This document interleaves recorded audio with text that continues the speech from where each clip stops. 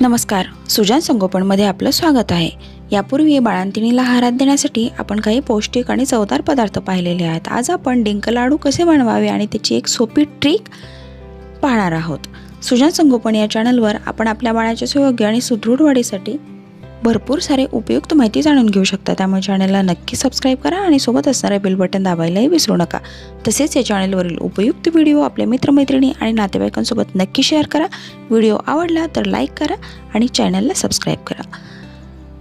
डिंक लाडू बनवण्यासाठी मी या ठिकाणी 1 वाटी खारीक घेतलेली आहे, मखाना 1 वाटी सुकं खोबरं, त्यानंतर डिंक घेतलेला आहे, आवडीनुसार ड्राय फ्रूट्स आणि गोड आंबी, खसखस आणि जायफळ आणि गूळ घेतलेला आहे।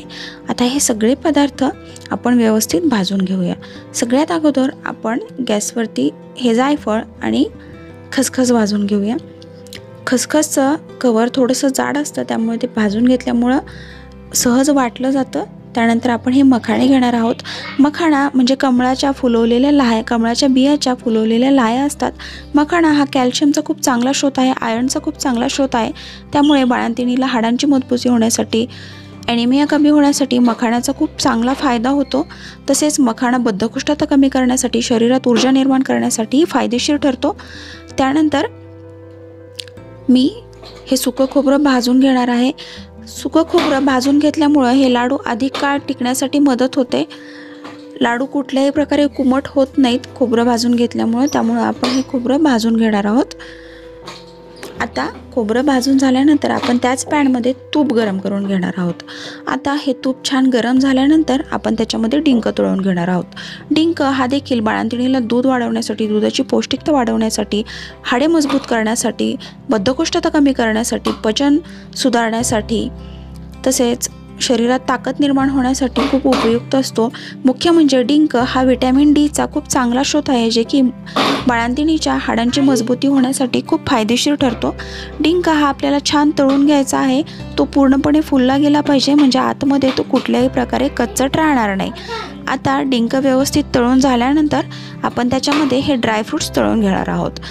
तुम्ही तुमच्या आवडीनुसार ड्रायफ्रूट्स घेऊ शकता। या ठिकाणी मी काजू, बदाम, मनुके, गोडांबी आणि चारोळी घेतलेली आहेत। तुम्हाला जर अक्रोड वगैरे घालायचं असेल, पिस्ते घालायचे असतील तर तेही तुम्ही घालू शकता। आता हे ड्रायफ्रूट्स छान तळून झाल्यानंतर आपण ते काढून घेऊया। आता त्यानंतर मी हे खारकीचे तुकडे बारीक करून तळून घेणार आहे। तर डिंक लाडू बनवताना सगळ्यात कचकट काम म्हणजे, त्रासदायक काम म्हणजे हे खारीक पूड करणं। तर ही खारकीची पूड आपण खारीक बारीक कापून तुपावरती थोडीशी तळून घेतली तर खारीक अगदी छान मऊ होते, आपण पाहू शकताय, आणि मिक्सरलाही सहज वाटलीही जाते। ही डिंक लाडू बनवण्याची सोपी ट्रिक आहे। यामुळे जर तुम्ही ही खारीक तुपावरती अशी तळून घेत असाल तर ती सहज वाटली जाते आणि डिंक लाडू आपण सहजासहजी कुठलीही त्रास न करता करून घेऊ शकतो। आता हे सगळे जिन्नस आपण व्यवस्थित थंड करून घेऊया आणि त्यानंतर मी हे सगळे पदार्थ मिक्सरला वाटून घेणार आहे। सगळ्यात अगोदर आपण जायफळ आणि खसखस वाटून घेणार आहोत। आता हे जायफळ खसखस व्यवस्थित वाटून झाल्यानंतर मी त्याच्यामध्ये मखाणे वाटून घेणार आहे। हे सगळं मिक्सरच्या भांड्याला छान फिरवून घेतल्यामुळं ते एकजीव व्हायला मदत होते आणि लाडूही सहज वळले जातात। आता त्यानंतर आपण हे सुकं खोबरं, डिंक आणि खारीक आपण जी बारीक तळून घेतलेली होती ती बारीक करून घेणार आहोत। अशा पद्धतीने मी हळूहळू थोडं थोडं वाढवत हे सगळं बारीक करून घेणार आहे।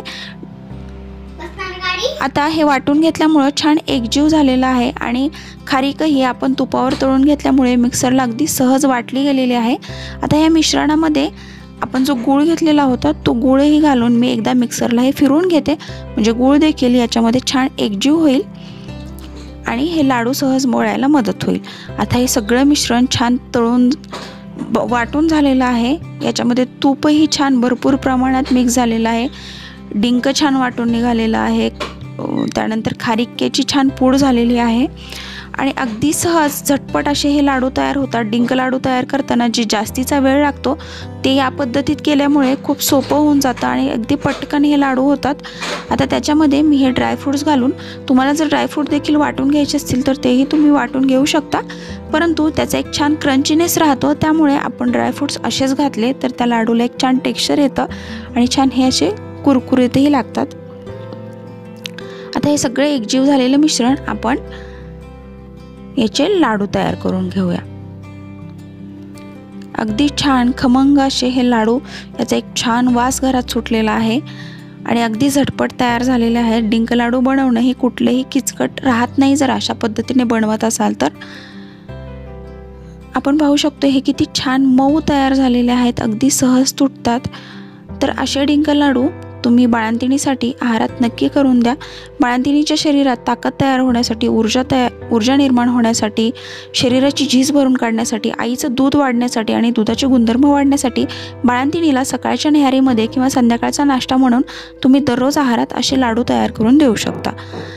यासोबतच बाळंतिणीला आहारात देण्यासाठी आणखीनही काही पौष्टिक रेसिपीज आपण या चॅनलवरती पाहू शकता। तसेच लहान मुलांसाठी भरपूर साऱ्या उपयुक्त माहिती आपण या चॅनलवरती पाहू शकता, जसे की लहान मुलांची हिवाळ्यात उन्हाळ्यात कशी काळजी घ्यावी, बौद्धिक क्षमता, रोगप्रतिकारशक्ती कशी वाढवावी, यासाठी भरपूर सारे उपयुक्त व्हिडिओ चॅनलवरती पाहू शकता। त्यामुळे चॅनलला नक्की सबस्क्राईब करा।